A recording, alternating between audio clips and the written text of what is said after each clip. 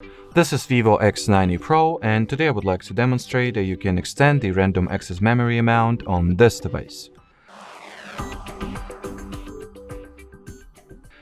So that's a very simple and straightforward process to do. You will need to launch settings first, then amongst the available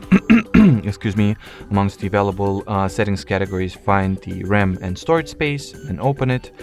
Then tap at the RAM section at the top of the page. Then switch on the Extend RAM toggle. After the Restart Now button becomes active, you will need to tap on it, reboot the device, and after the system on your phone will be reloaded, the changes will take effect or will be applied. Thus, you will grant increased amount of random access memory.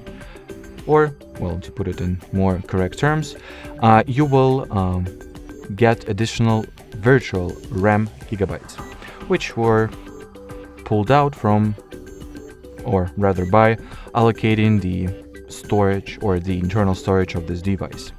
Alrighty, so that will be it for this video, guys. Thanks for watching, and bye bye.